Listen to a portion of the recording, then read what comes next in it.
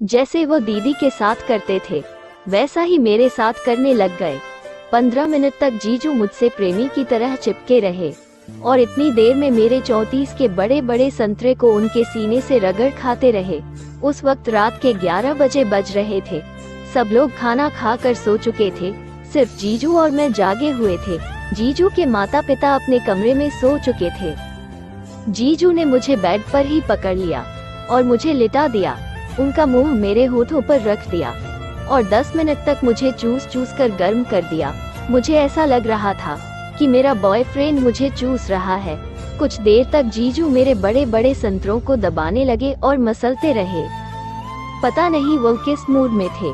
फिर अचानक याद आया कि मैं दीदी नहीं मनीषा हूँ। फिर जीजू अचानक से मुझसे दूर हट गए और बोले, सॉरी मनीषा, तुम्हारा चेहरा भी तुम्हारी दीदी की तरह ही है। मैं बह गया था। फिर मैं बिस्तर से उठी और अपने टॉप को सही किया और दूर खड़े जीजू के पास चली गई। कोई बात नहीं जीजू, ऐसा तो होता रहता है।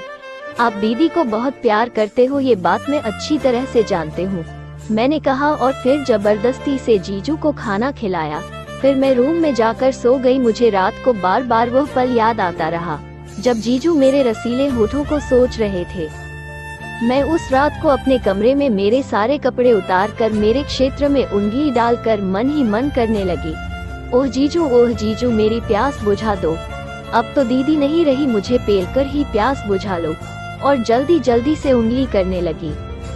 धीरे धीरे आनंद बढ़ते और बढ़ने लगा और उंगली करती चली गई और फिर अंत में कुछ देर बाद असी हा सी बोलते हुए झड़ गई और मेरे छेद में से पानी निकल गया।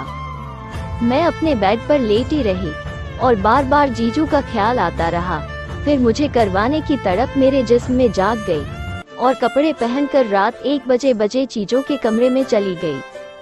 कमरे में जाने के बाद जीजू अपने कपड़े उतार कर रो रहे थे, बस दीदी को याद कर रहे थे। मैं जब दरवाजे पर गई तो जीजू को पता भी नहीं चला कि मैं आ गई हूँ, क्योंकि वो उस समय पूरी तरह से पागल हो चुके थे। जब मैं जीजू के पास जाकर बैठी और बोली, जीजू ऐसा मत करो यार, दीदी तो भगवान को प्यारी हो गई है, अभी आप चाहो तो दूसरी शादी कर लो।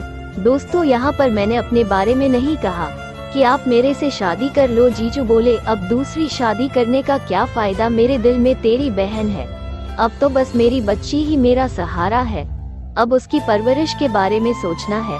तब मैंने कहा, जीजू पहले तो अपने कपड़े पहनो, फिर आगे बात करते हैं। जीजू ने कहा, सॉरी मेरे को तो पता ही नहीं चला कि मैंने अपने कपड़े उतार रहे हैं। मेरा मन पूरी तरह से मरवाने के मूड में था। मैं जीजू को सीधा तो कह नहीं सकती कि मेरी मार दो। मैंने कहा, चलो जीजू मैं जाकर सोती हूँ, आप ही सो जाए। जीजू ने कहा, नींद तो नहीं आ रही है, बस तेरी दीदी की याद आ रही। जीजू ने कहा, मेरी तो आदत सी हो गई है तेरी दीदी के ऊपर टांगे रखकर बाहों में बाहें डालकर सोने की, तभी मेरे को नींद आती है। मैंने कहा, आप सो जाए प्लीज, अब तो दीदी भी नहीं है।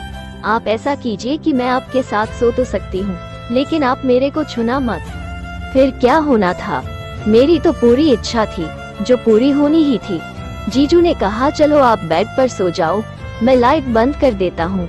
जीजू ने लाइट बंद कर दी और बेड पर लेट गए।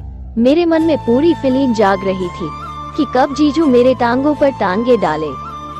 मैंने रात के करीब 1 बजे मैं धीरे धीरे सरकते सरकते जीजू के पास चली गई और मैंने अपने कपड़े उतार दिया, बस ब्रा और अंडरवियर नहीं उतारी। जीजू को भी नींद नहीं आ रही थी। जीजू कभी तो इस तरफ मुंह करके तो कभी उस तरफ। मैंने अपना टांग उठाकर जीजू के टांगों के ऊपर रख दिया। जीजू की तरफ से कोई हलचल नहीं हुई। मैंने अपना हाथ उठाकर जीजू के पप्पू के ऊपर रख लिया और उसे सहलाने लगी। जीजू ने भी अपना हाथ मेरे हाथ के ऊपर रख दिया। मैंने उस हाथ को जीजू की अंडरवियर में डाल दिया और पप्पू को सहलाने लगी। जीजू ने मेरी तरफ मुंह करके मेरे गोल गोल संतरे दबाने लगे। फिर आगे क्या होना था, जीजू ने जमकर मेरी प्यास बुझाई। दोस्तों, कैसी लगी मेरी कहानी आप सबको? अगर आपको भी रोजाना ऐसी ही कहानियाँ सुनने चाहते हो तो चैनल को सब्सक्राइब कर लो।